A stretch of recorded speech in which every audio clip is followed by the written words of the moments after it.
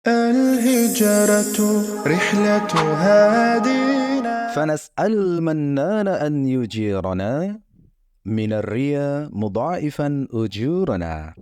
Kata fa pada lafaz fanas'alu adalah haraf. Maknanya mungkin difahami sebagai fa litafri', mungkin juga difahami sebagai fa ataf. Bisa diterjemahkan sebagai konsekuensinya, atau jadi, atau selanjutnya. Kata nas'alu pada lafaz fanas'alu adalah fi'il mudhari'. Aslinya dari kata sa'ala yas'alu yang bermakna meminta atau bertanya. Dalam konteks ini lebih tepat dimaknai meminta. Huruf na pada kata nas'alu adalah huruf mudhara'ah yang bermakna jama'atul mutakallimin, yakni penutur yang berjumlah banyak.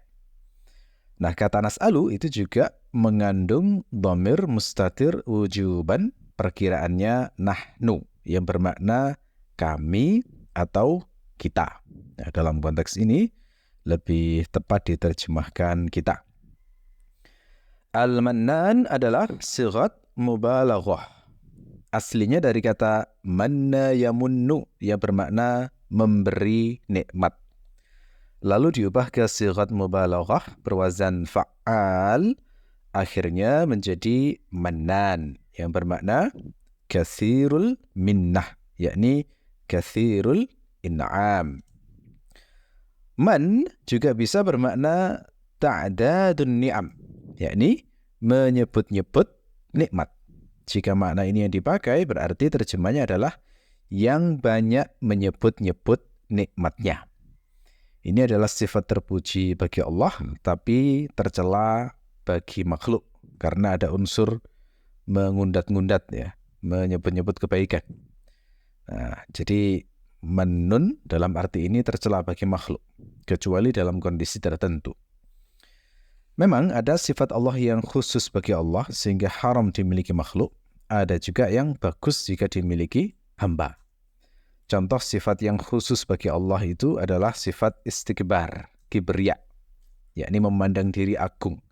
Ini tidak boleh hamba punya sifat semacam ini. Adapun sifat Allah yang bagus jika dimiliki hamba, maka itu misalnya seperti sifat penyayang, pemaaf, sabar, dan semisalnya. Al-Mannan bisa diterjemahkan yang maha memberi nikmat. Ada perkiraan lafaz tambahan di sini.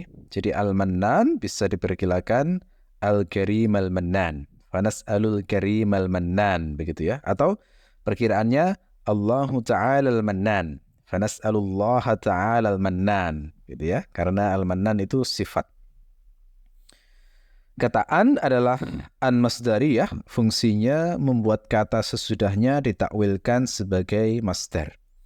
Biasanya sih tidak diterjemahkan, tapi boleh diterjemahkan untuk supaya memudahkan memahami konteks. Kata yujira pada lafaz yujira adalah fi'il mudhari. Aslinya dari kata ajara yujiru yang bermakna yahfadhu, ya, atau yu'izu, yakni melindungi. Yujiru bermakna senantiasa melindungi. Kata yujir mengandung dhamir mustatir jawazan, perkiraannya huwa, yang kembali ke lafaz al-mannan.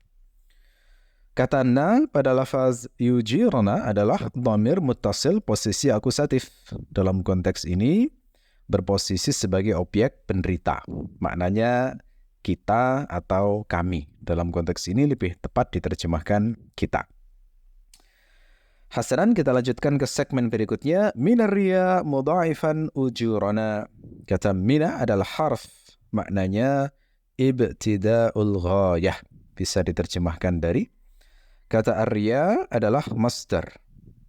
Asalnya dari kata ra'a yura'i ri'aan, yakni dengan dua hamzah. Wa mura'at, ya.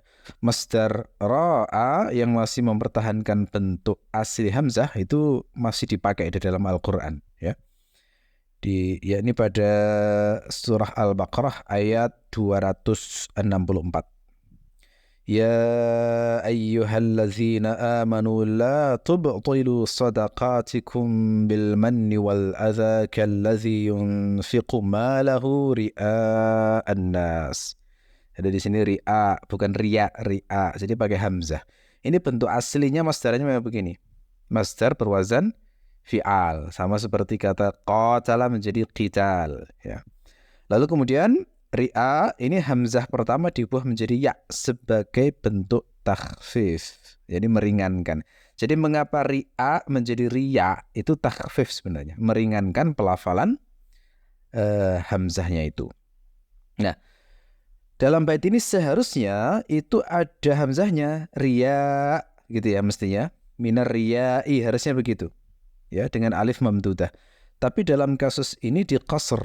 Jadi hamzahnya dibuang, itu sebagai bentuk darurat syair untuk menyesuaikan bahar puisinya. Nah, ri'a atau riya itu maknanya beramal supaya dilihat orang, ya, pamrihnya ke orang. Artinya ketika beramal soleh itu untuk selain Allah, beramal untuk makhluk. Nah, karena riya itu berasal dari kata ro'a yang bermakna melihat. Jadi unsur utama riya adalah memperlihatkan amal soleh kepada selain Allah. Bukan memperlihatkan kepada Allah, tapi memperlihatkan kepada selain Allah. Kalau orang beramal soleh diperlihatkan untuk Allah saja, nah itu justru ikhlas. Kalau pamrihnya hanya Allah saja, justru itu yang disebut ikhlas. Nah, kata riya ini sudah diserap dalam bahasa Indonesia. Nah, bisa diterjemahkan riya gitu saja. Lanjut, kata mudha'ifan adalah isim fa'il. Asalnya dari kata dha'afa yudha'ifu, yang bermakna sama dengan adha'afa dan dha'afa, yakni melipat gandakan. Ketika diubah ke isim fa'il, maka menjadi bermakna yang melipat gandakan. Kata Al-Khalil dalam kitab Al-Ain, beliau menulis adha'aftu syai'a idha'afan wa dha'aftuhu mudha'afatan wa dha'aftuhu tad'ifan wa huwa idza zada ala aslihi faj'alahu mithlaini aw aksar. Ya, lanjut. Kata ujur pada lafaz ujurana adalah jamak taksir dari ajrun. Nah, definisi ajrun adalah ma yustahaqqu bimahdi fadlillahi ta'ala ala amalil khair. Sesuatu yang berhak didapatkan semata-mata karena karunia Allah, karena telah melakukan amal baik. Bisa juga didefinisikan al-jaza' 'alal amali wal jam'u ujur, yakni balasan atas amal yang dijamakkan menjadi ujur. Nah, ujur cukup diterjemahkan pahala-pahala. Lanjut, kata na pada lafaz ujurana adalah dhamir muttasil posisi genitif. Dalam konteks ini berposisi sebagai pemilik. Maknanya mungkin difahami sebagai al-mu'azzim nafsahu atau al-mutakallim ma'al ghair. Jika difahami sebagai al-mu'azzim nafsahu, berarti yang dimaksud adalah mengagungkan Allah yang telah memberinya nikmat sehingga layak diberi ilmu din. Nah, dalam hal ini berarti beliau mengamalkan ayat wa amma bi ni'mati rabbika fahaddits. Jika difahami al-mutakallim al-ghair berarti diterjemahkan kita, yakni al-Imriti dan semua orang yang mengkaji ilmu beliau. Nah, dalam konteks ini memang lebih tepat diterjemahkan kita. Nah, dalam hal ini berarti beliau mengamalkan ayat yang berbunyi fala tuzakku anfusakum huwa a'lamu biman ittaqa. الهجرة رحلة هادينا حمل الإسلام لنا دينا الهجرة